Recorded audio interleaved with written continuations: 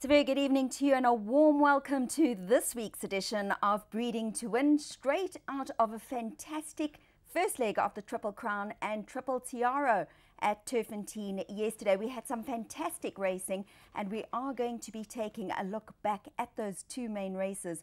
Of course, the Fillies Guineas Grade 2 and the Betting World Gauteng Guineas Grade 2 from yesterday at Turfentine. With me as a special guest in the studio this evening is racing manager of Main Chance Farms, Justin Vermaak.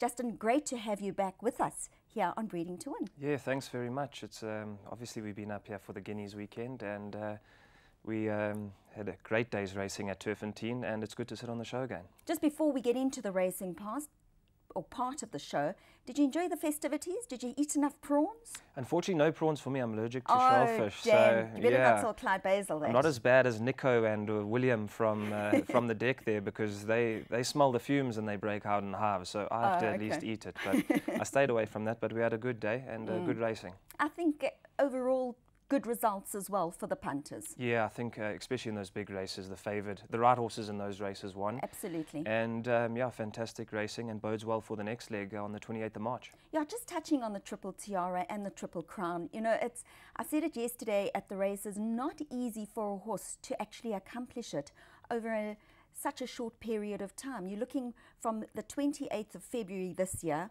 all the way to the 25th of April for one horse to go over 1,600 meters, 1,800 meters, and to 450, and they're still growing. I mean, these are still young horses. Yeah, absolutely, especially when they've either done a trip to the Cape or been running in races like the Dinglehans, etc. It's a long season, and that's what makes it so special about horses like Louis the King and obviously Horse Chestnut who managed to do it. Although I think Louis the King, he didn't really run in those big features early on, so the Triple Crown was like his first real test, but a lot of stamina and you need that speed for a mile, so it takes a real special horse. Absolutely, and of course just touching on Horse Chestnut, a huge loss to our horse racing industry with the passing of Horse Chestnut less over a week ago. Yeah, it's very, very unfortunate. Obviously he wasn't here standing in our paddocks for maybe enough seasons to make a real impact on our breed, but I mean I think he is the dam sire of Smart Call, so we're already seeing that his blood impose itself in our feature races, and yeah, a big loss to the industry, and he was a fantastic horse. Have to agree with you over there. Okay, Justin, let's take a look yesterday for the Drift Fillies Guineas. This was, of course, the first Grade 2 race on the card, and they raced for 500,000 Rand. Siren's Call and 2 to load after that. First leg of the Drift Triple Tiara.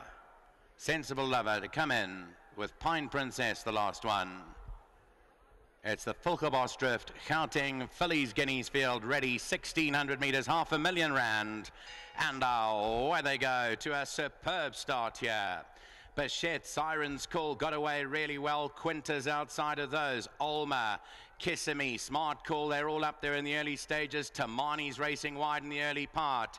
Then comes Sensible Lover. Kylie is further back in the field. Behind that same jurisdiction, had to get taken up for a stride or two there. Now races about 8 lengths off the leader. Further back behind those, Trophy Wife, Silver Class. Then comes Pennington Sands and Bilateral as the back marker. They race towards the 1,000-meter market. Smart Call that leads. Smart Call leads by 1.5 lengths. Pine Princess racing second. Quinta's in third. Then comes Bichette and Siren's Call. Almost 6 lengths off them with Kissimmee. Further back to Marnie, then comes Sensible Lover and Kylie. Silver Class behind that with Trophy Wife. Same jurisdiction's got 12 to make up. Behind that Pennington Sands and Bilateral as they turn for home in the Drift Gauteng Fillies Guineas. Smart Call the one to beat. On the outside of those, Pine Princess, Bichette, Siren's Call, Alma further back to Marnie's making headway. Quinta's down the inside. On the outside, same jurisdictions running on. Got 3 lengths to make up. 300 out. Smart Call still the leader. Siren's Call, same jurisdiction. Trophy Wife is finding a good finish late. 200 out. Smart Call on the outside. Trophy Wife. Between them is Siren's Call. Trophy Wife. Siren's Call. These two. Siren's Call is going to win the Fillies Guineas. Siren's Call beats Trophy Wife. Third place will go to Smart Call. Then came Tamani. Well, once again, it was a good duel between the Sean Terry inmates. Siren's Call under Pierre Stradom, number 4 on the card, getting that victory over the stable companion, and pretty much the same result from the CTS 3-year-old challenge, with both of them fighting out the finish. Smart Call tried to make all from the front, unfortunately was not meant to be, but I wouldn't write her off just yet. And that 4th place also going to the Sean Terry runner Tamani. And just looking at Siren's Call trophy wife, Justin, you know, a lot of people said that these glorified ready-to-run races, you know, you can't always go on that form. Well, this just proved them wrong. Yeah, that was a Book 2 race, I think. Obviously, with that sale coming up now, Forest Fox was in the money in that race as well, and we'll see just now him run 3rd in the Guineas. So fantastic form coming through there. That sales race, really, on quality of field, would be more than capable of holding group status. So they'll be very proud, CTS, of that race, especially with Book 2 coming up. And also being a daughter of Elusive Fort, well done to Mr. De Beyer, because he was the winning owner and breeder. Yeah, owner, breeder. Mr. De Beyer is obviously a well-known racing personality in the Cape. We've raced a lot of horses with him from main chance terms, Princess Victoria being one. And he's done fantastically well. He runs his horse racing operation very shrewdly, and he deserves a horse like this. Absolutely. Well, we also heard from Pierre after the race. There was a question whether Siren's Call will enjoy further. This is what he had to say. Man of the moment, Pierre. What a top ride as usual from you. Fitting that you're riding such a champion filly. Yeah, she's obviously a very nice filly. I was lucky today. She jumped better than ever, and we were able to have a better position where she's always at the back, not really travelling well, and you know, you only come onto the scene very late. So well on to Sean. Firstly, he's got a plan with his filly, and so far it's 1 tick on the board, and I'm sure she'll enjoy it a little bit further.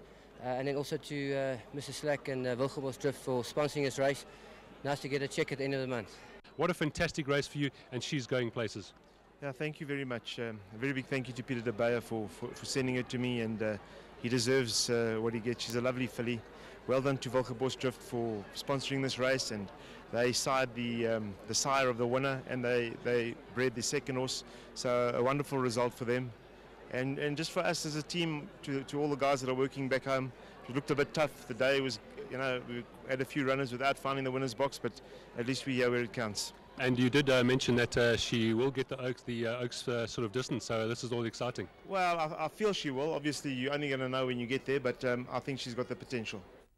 Well, she's already won the 1st leg of the Triple Tiara Siren's Call, and confidence coming from both Pierre Stradom and Sean Terry that she'll see the Oaks trip. So, look, I mean, it's still a long way ahead of us and lots of tiny steps to get there, but it's always nice when you've got a horse like that you know will stay. Yeah, in my opinion, I think the mile would have been the hardest for her to win, because just the way she races, she doesn't really travel, and she does tend to get lost when they come into the straight, and then she finds her feet and her action, and then she gets going. So I don't think there's going to be any problem with the 2-4. The problem comes in the form of the grey filly Majmu, I think, not really the 100%, distance. 100%, yeah. And of course, Majmu has beaten Siren's Call before. So I think if Majmu is in the race, it's going to be a good duel. It almost looks like Siren's Call is still learning how to race. You know, it's almost like she's not quite sure when to shift those gears, and Pierre's got to actually get in behind her. But I think you hit the nail on the head. I think that's also because she's running over distances just a touch short of her ability. Yeah, I think she's always been a filly that's been earmarked for 1,800, 2,000 metres. So that's going to be her potential trip, her absolute maximum, ability-wise, not stamina-wise. And I think we'll see the best over 10 furlongs, especially at a track like Turfentine Standside. Absolutely. Well, hearty congratulations to Peter De Beyer, Pierre Stradom, and of course trainer Sean Terry. A great training feat there with his fillies in the Wilgebos Drift Fillies Guineas. We moved on to the Betting World Gauteng Guineas in the very next race. Another grade 2 event for R1 million, the 1st leg of the Triple Crown. Imperial Gold on the far side, one of them up there is Precursor. And Joel also shows good pace in the early stages. Harry's son, Vermaak, and Unparalleled, trying to get over from that wide draw. Zambezi River is further back in the field. One behind that, we go back to Farfee, who's racing quite well back in the early stages. French Navy's further back. Then comes behind those the Captain's Tune, Belong to Me, Forest Fox, and Illuminati is the trailer. ML Jet has circled all of them. That's the new leader in the Betting World Gauteng Guineas. ML Jet 1 length. Precursor races back in second. Harry's Son is third. Then Imperial Golden Angel. Mutamakin's giving them 6 lengths start, followed by Belong to Me, Zambezi River. Then further back in the field towards the outside, Farfie Amsterdam's going wide, Prince of Orange. The captain's tune behind those, then Forest Fox further back in the field. And the trailer is Illuminati. They're well into the home stretch. 500 to go in the betting world, Gauteng Guineas. It's ML Jet down the inside who is the leader. Also Precursor. Harry's Son has now struck the front down the centre. Harry's Son is going well at this stage. It's 2 lengths clear. Zambezi River unparalleled. Angel behind that. Mutamakin comes home. But it's Harry's Son, the one to beat. Harry's Son is 3 lengths clear. Unparalleled comes home. Forest Fox and French Navy. But Harry's Son is clinging on here from French Navy. Pierre Stradham's done it. The Guineas double wins on Harry's Son from French Navy. Back in third, close between Unparalleled and Forest Fox. Well, a top performance here by Equia's champion of last season, Juvenile, Harry's Son, trained by Paul Lafferty, who's done a superb job with this fella. And once again, it's Pierre Stradham riding him to victory, beating home a fast-finishing French Navy. But just bear in mind that Harry's Son was eased up at the line.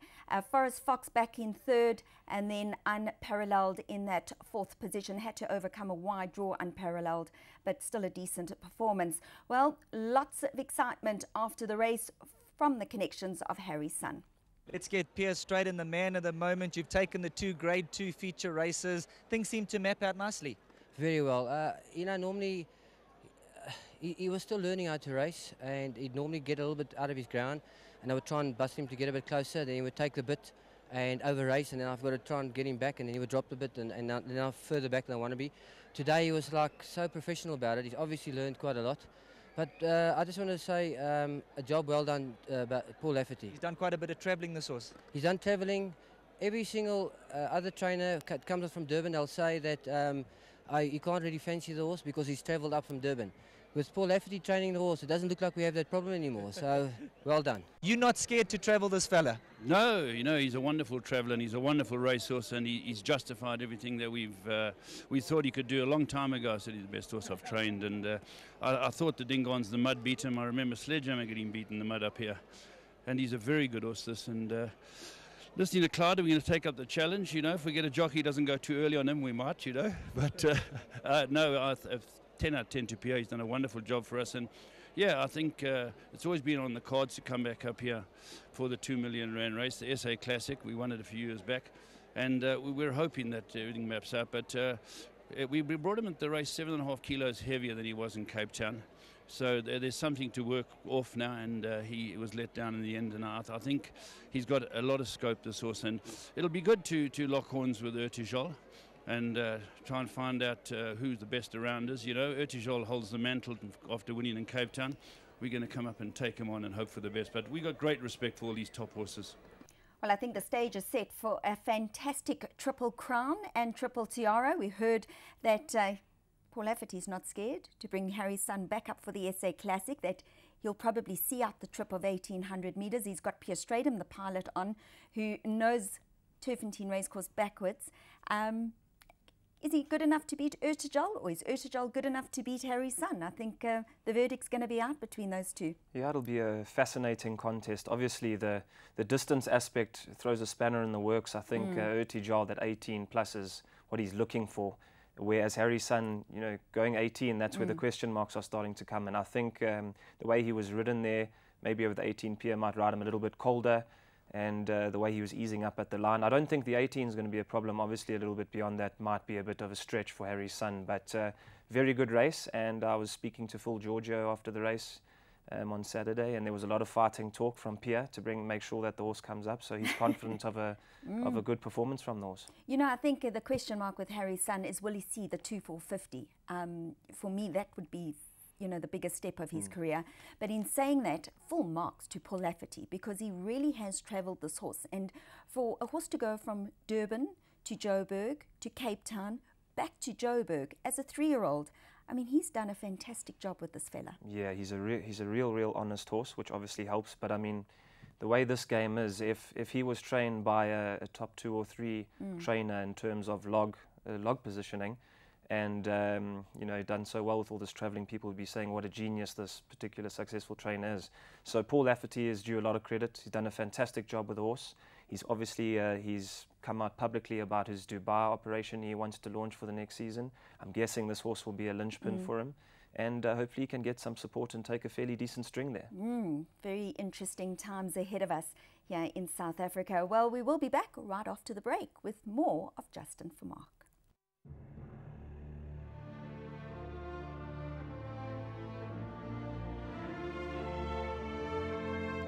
We believe in excellence. We believe that if you're going to do something, you do it to your best ability. We aim to make Balmoral #1 in the Southern Hemisphere, not just South Africa.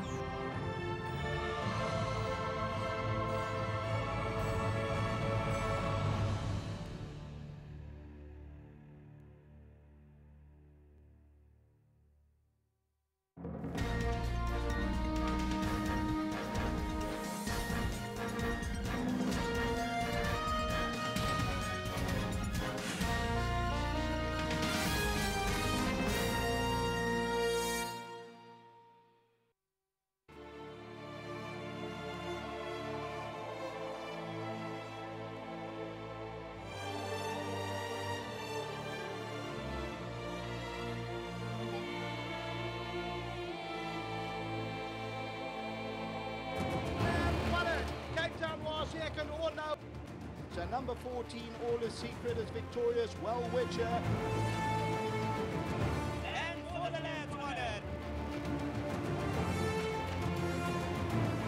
Shay takes the lead. Shay wins the Elgos.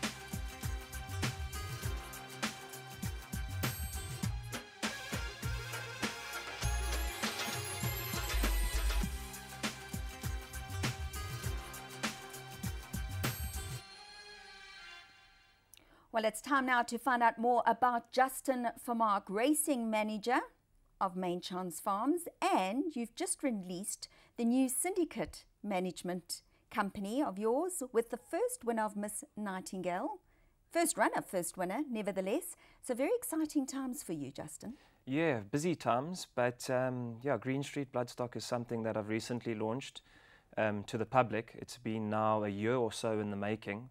We bought our first 2 horses at the Book 2 sale last year, March, so of which Miss Nightingale was our first purchase. A real cheapie, a value buy, and she managed to beat the Colts first time out at Greyville the other day, so it was a fantastic start for us. Okay, well, let's go behind the scenes a little bit and tell us about how this management company was formed. Okay, yes, basically, you know, I'd been doing a bit of buying here and a bit of selling there, and I have my jockey's agent business as well, and a few things that you know you do on the side. Obviously, I work for Main. Exactly, yeah. So I wanted to put everything really under one type of banner, so it was easier to control. And the buying and selling aspect I was doing a bit of, and then obviously people I've met on my travels and people that I've met from my life on outside of racing, or you know, your friends and family, and they want to know more about you, and you talk to them a little bit about racing and they have no idea about the sport, and they'd love to get involved, and people always wanting to buy little bits of horses here and there. And one day I had a brainstorm session with Bernard Fader, who's a very close friend of mine. We go back many years, and he also was thinking about something, you know, a year or two prior to that, and we decided to come up with a few ideas, and we sat down with Mark Bass from Trademark Media, and they had this name and domain registered already, so we decided to take it over and just give it a bash and see what it would unfold into. Obviously, Bernard's very busy. I've been very busy over the past year, and we didn't really push it. And it's hard to sell an idea to people when you haven't gone public with it. No one's heard about anything. So we really relied on our close friends, like these particular guys who got involved in this filly, to take a leap of faith with us, because they were investing in something that they couldn't see. And luckily, these guys invested in this horse. The guys who are part of her, as we watch this rerun here, is Anthony Daytooms. His uncle is Mike Daytooms, who's owned numerous good horses along the way. And been involved in racing many years? Many years. Anthony had never owned a horse. He's a successful guy in his own right. He owns a company called Execu Sports. He's involved in football. And he brought Jason Kupritz, who's a friend of his, and an old school friend of mine, Carl Johnston, are involved, and then a guy called Dolph Rousseau as well, who's a friend of Smunger's, who obviously I manage and met through Smunger. So they took the leap of faith, invested in this filly, and there she is winning first time out, beating the Colts. So I'm a big Warm White Knight fan, and I saw this filly at the sale. She was sold by Philip Kahan. She went through the ring, not sold, and I went to him, I said, look, how much do you want for this filly? And he gave me a fantastic price.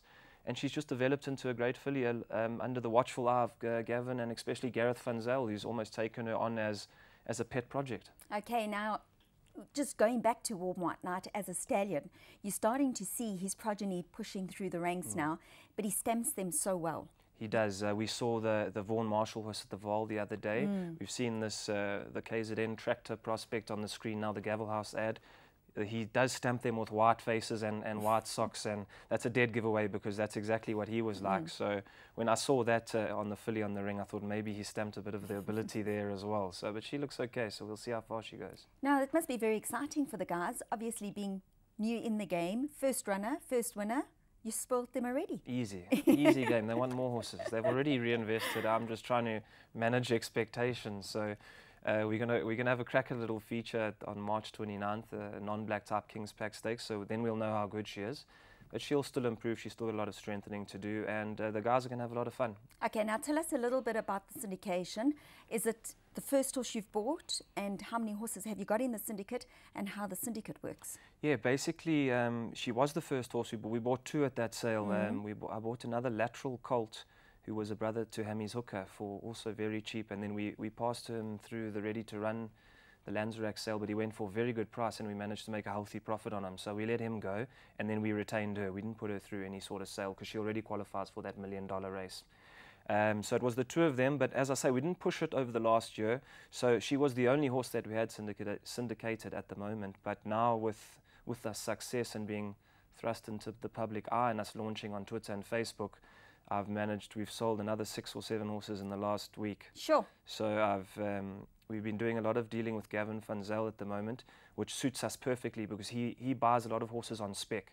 So for new owners that are coming into the game, if you can buy a horse off a trainer now and they don't have to wait a year and pay a year's training fees, they literally can run in 2 weeks' time, then it's a great added benefit. And Gavin is more than happy to say, look, you know, I'll sell you this horse at absolute bargain basement price compared to what you'd be paying for what is an average yearling at the sale, where you don't know if it can run, it's never had a saddle on its back. Here at much less than that average price, we're buying horses that we already know can run a little bit. So we just want to get the new guys in for some immediate fun. They don't have to wait long, they don't have to pay much, they can just enjoy the experience, and then they can build up as they want to go on from there. So www.greenstreetbloodstock.co.za is our website. That's how most people are getting in contact with us. My email address is there. And we cater for everyone with their own budgets. We have guys, I've had guys from China, from Saudi Arabia that have dollars to spend, obviously, and then we fit a package for them, maybe get them shares in 3 or 4 different horses to spread the risk. And then we've got guys who are coming in for 5% of one horse. And then you know, the bug bites, and next thing they know, they're in for more. So well, that's exactly it. They get a exactly feel for the yeah. game. And we don't want to have new buyers come in and they have a bad experience and then they chased away. That's not something. We're not here to try and fleece people. We want people to have a great experience because we want them to keep owning horses and, you know, be clients of ours for the next decade. And you're trying to bring new blood into the game, which I think is so important. Well, that's the key. That's what we're concentrating on. Our obviously, we don't have a racing culture here like they do have in Australia and England and America, where the following is in the millions. We have a small industry here, and obviously there's space for the local guys. I've sold a lot of shares to local guys who just want to feel like more involved in the sport, which we try the utmost to make them do. And our aim is to involve as many internationals as we can, sell the lifestyle to them of the Cape racing scene, which obviously me being involved with Main Chance in the last few years at the Book One sale, we entertain clients at the Grand Beach Cafe and at Shimmy Beach, and they absolutely love it. They can't believe coming from the winter in the UK to sand in their toes and sunshine at 9 p.m. at Cape Town. So we're selling that aspect to them, and they're all in for it. And then obviously brand new fresh blood as well, which most of these guys are brand new, and they spread the word to their corporate friends as well. And next thing, we might have a more booming industry. Okay, now, big question. You obviously managing it. Do you select the trainers, the jockeys that ride the horses? Yes, yeah. We offer full-on management service.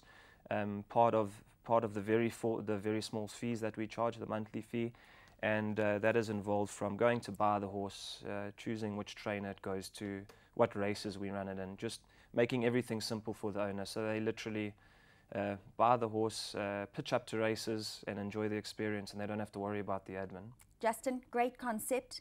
We're certainly looking forward to seeing Miss Nightingale come through again for you guys. We'll be holding thumbs for the 29th of March, and we wish you all the best with the syndicate. Thank you very much. And just anyone that wants to get involved, don't feel shy to contact us. It's a great initiative, and we're having a lot of fun at the moment. Fantastic initiative, and we wish Justin Vermaak and his syndicate all the very best for Green Street Racing. Well, we'll be back with a short break.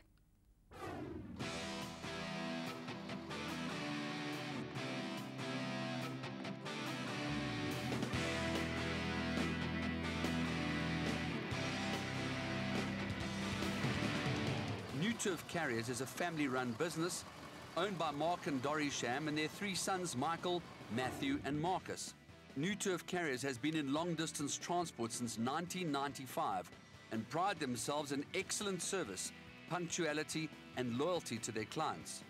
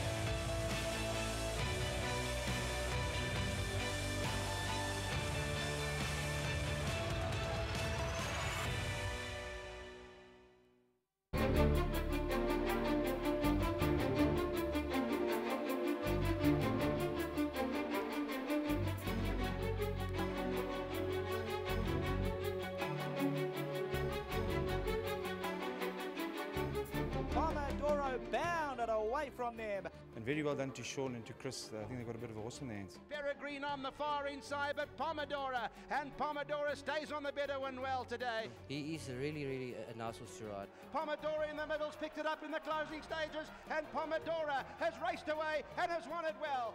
He just stamped himself as a top 3-year-old in the country.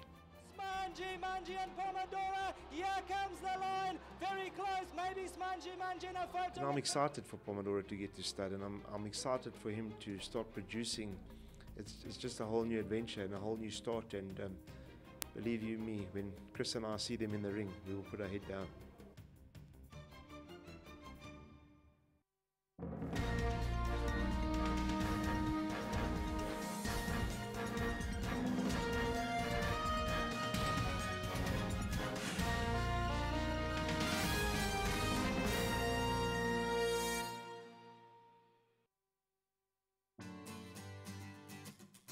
Gavel House is the leading website for trading horses online. Selling your racehorse, mare or even a share in a yearling is so easy on Gavel House. You can browse our sires directory to match the best mating for your mare, with text description, videos and up-to-date sires reports. Gavelhouse.com is the best way to sell your horse. We reach places others can't, where buyers and sellers deal direct and pay no commission. Go to gavelhouse.com. Well, once again, thanks to Gavel House for their sponsorship, and the share being on offered this evening is a 10% share for 12,000 Rand in a 2012 filly, Shiraz Cabernet. She is by Antonius Pius out of Wine Dark Sea. Now, Shiraz Cabernet is a quality athletic filly who stands over ground. She's in full training with Gavin Smith, and her dam, Wine Dark Sea, was a 2-times winner over 1,600 metres. Half-sister to French Cactus, Red Lifesaver, and a dam of 4 foals to race with 3 winners. If you're interested in getting involved in Shiraz Cabernet, contact Michelle Prinsloo in Port Elizabeth. The other horse being offered is a special assignment by Silvana out of Bar the Shouting. She's a 2006 mare, so if you're looking to stock up on some quality mares, special assignment is the way to go. Being offered for 100,000 Rand, special assignment was lightly raced, having 1 win over 1,900 metres and 2 places. She's out of a proven producer, Bar the Shouting, who had 9 foals to race with 8 winners, including the Singapore Group winner Thundering Jet. Special assignment is in foal to exciting first season stallion Jackson, a great son of great sire dynasty. Interested in getting involved in special assignment as a broodmare? Contact Grant Knowles in the Western Cape. Well, our next CTS sale is around the corner. It's on the 20th and 21st of March at Durbanville. So over the next couple of weeks here on Breeding to Win, we're going to be taking a look at those youngsters coming through on the sale that are certainly going to catch the eye. So join us on our next Breeding to Win show for more information on that. Once again, thanks to Justin Vermaak for joining me on this week's edition of Breeding to Win. And don't forget to follow us on Twitter at Breeding to Win. From me, Julie Alexander, and the rest of the Breeding to Win team, good night.